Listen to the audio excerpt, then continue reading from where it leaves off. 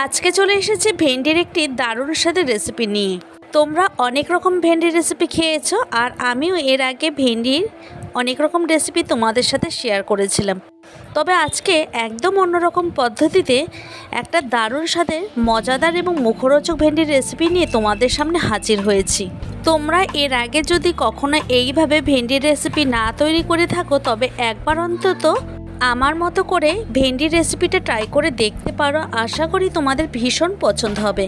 নমস্কার বন্ধুরা, বানিস food passion চ্যানেলে আবার একটা নতুন পর্বে তোমাদের সবাইকে স্বাগত জানাচ্ছি। ভেন্ডির এই মুখরোচক রেসিপিটা তৈরি করার জন্য আমি বেশ খানিকটা পরিমাণে ভেন্ডি খুব ভালো করে ধুয়ে নিয়েছি।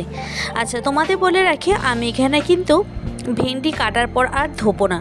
আমি এখানে একটা নাইফের সাহায্যে ঠিক এই রকম দেখো ছোট ছোট টুকরো করে ভেন্ডিগুলিকে কেটে নিলাম।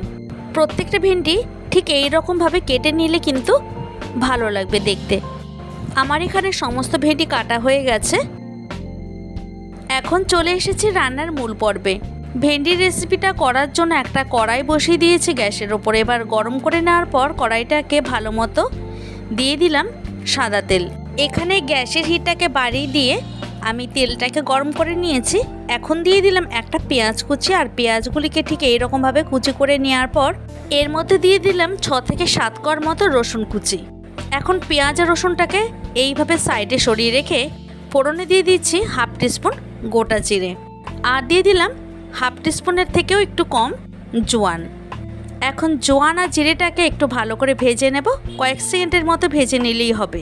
এই রেসিপিটা খেতে অবশ্যই জিরে আর জোয়ান ব্যবহার করবে, তাহলে কিন্তু খেতে ভীষণ ভালো লাগবে। এখানে পেঁয়াজ আর রসুনটাকে খুব ভালো করে ভেজে নিতে হবে, আর রসুনটা যতক্ষণ না কাঁচা গন্ধ না চলে যাচ্ছে ততক্ষণই খুব ভালো করে ভেজে নিয়ে এর মধ্যে দিয়ে দিলাম কেটে ধুয়ে রাখা ভেন্ডি টুকরোগুলিকে। গ্যাসের ফ্লেমটাকে এখন মিডিয়ামে দিয়ে ভেন্ডিটাকে খুব ভালো করে ভেজে নেব। দিয়ে দিচ্ছি টেস্ট অনুযায়ী নুন 1 টিস্পুনের মতো। এরপর এর মধ্যে দিয়ে দিচ্ছি হলুদ গুঁড়ো পরিমাণ মতো। নুন আর হলুদ দিয়ে এখন ভেন্ডিটাকে খুব ভালো করে ভেজে নিতে হবে। এই পর্যায়ে আমি গ্যাসের ফ্লেমটাকে একদম হাইতে রেখেছি, না হলে কিন্তু ভেন্ডি থেকে জল বেরোতে থাকবে। ঝালের জন্য দিয়ে দিলাম 3টে কাঁচা লঙ্কা, মানে এখানে পাকা লঙ্কাই ব্যবহার করেছি। এখন গ্যাসের ফ্লেমটাকে একদম হাইতে দিয়ে আমি ভেন্ডিটাকে 2 থেকে 3 মিনিটের মতো ভেজে নেব। ভেন্ডির গায়ে যে জলটা ছিল সবটাই কিন্তু টেনে গেছে। এই পর্যায়ে এসে আমি ঢাকনা চাপা দিয়ে দেব। প্রায় 4 থেকে 5 মিনিট পর ফিরে এসে লিডটাকে তুলে নিয়ে আবারও ভালো করে নাড়াচাড়া করে নিচ্ছি।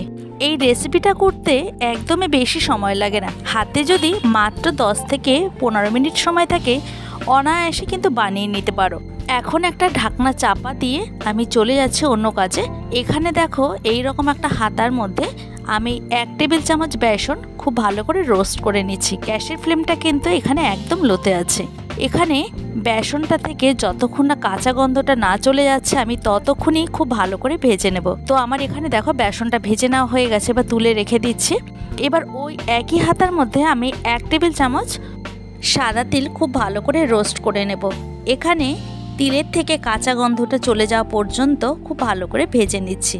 তোমরা যদি কখনো এইভাবে ভেন্ডি ভাজার রেসিপি না খেয়ে থাকো, তাহলে অন্তত একবার ট্রাই করে দেখতে পারো। আশা করি ভীষণ ভালো লাগবে। এখন আমি লিডটাকে সরিয়ে নিয়ে ভেন্ডিটাকে নেড়ে চেড়ে নেব। এই রেসিপিটা গরম ভাতে ডালের সাথে খেতে অসাধারণ লাগে। এছাড়া তোমরা রুটি বা পরোটার সাথেও কিন্তু সার্ভ করে নিতে পারো। এখন আমি রোস্ট করে রাখা বেসনটাকে দিয়ে তারপর খুব ভালো করে নেড়ে চেড়ে নিলাম। অনেক সময় ভেন্ডি ভাজার পর পিচ্ছিলো ভাব থেকে যায়, সেক্ষেত্রে তোমরা যদি বেসনটাকে রোস্ট করে নাও তাহলে কিন্তু সেই পিচ্ছিলো ভাবটা থাকবে না। এবার একদম শেষে আমি কিছুটা সর্ষে তেল ছড়িয়ে দেব। এরপর একদম শেষে ব্যবহার করছি রোস্ট করে রাখা সাদা তিলটাকে। আমি রান্নার একদম শেষে অ্যাড করেছি। তোমরা চাইলে এই দুটোকেও কিন্তু স্কিপ করতে পারো। এটা যেহেতু মুখরোচক ভেন্ডির রেসিপি, তাই সেক্ষেত্রে অবশ্যই তোমরা তিলের ব্যবহার করবে। তিলটা দেওয়ার কারণে খেতে কিন্তু দুর্দান্ত লাগবে। রুটি, পরোটা বা ডালের সাথে তোমরা অনায়াসে সার্ভ করে নেবে। এখন গ্যাসের ফ্লেমটাকে অফ করে দিয়ে একটা সার্ভিং প্লেটে ভেন্ডিটাকে সার্ভ করে নিচ্ছি। ডেকোরেশনের জন্য রোস্ট করে রাখা কিছুটা পরিমাণে সাদা তিল বাঁচিয়ে রেখেছিলাম, সেটা দিয়ে সার্ভ করে নিলাম। যদি আমার চ্যানেলে এই ধরনের আরও নিত্য নতুন ভিডিও পেতে চাও তাহলে অবশ্যই প্রচুর লাইক কমেন্ট শেয়ার করো। তোমাদের লাইক এবং কমেন্ট আমাকে আরও নতুন ভিডিও তৈরি করা মোটিভেট করে। দেখা হবে নেক্সট কোনো ভিডিওতে অন্য কোনো দিন এবং অন্য কোনো সময়। তোমরা সবাই ভালো থেকো, সুস্থ থেকো এবং সবাইকে ভালো রেখো। আজকের ভিডিওটি আমি এখানেই শেষ করছি।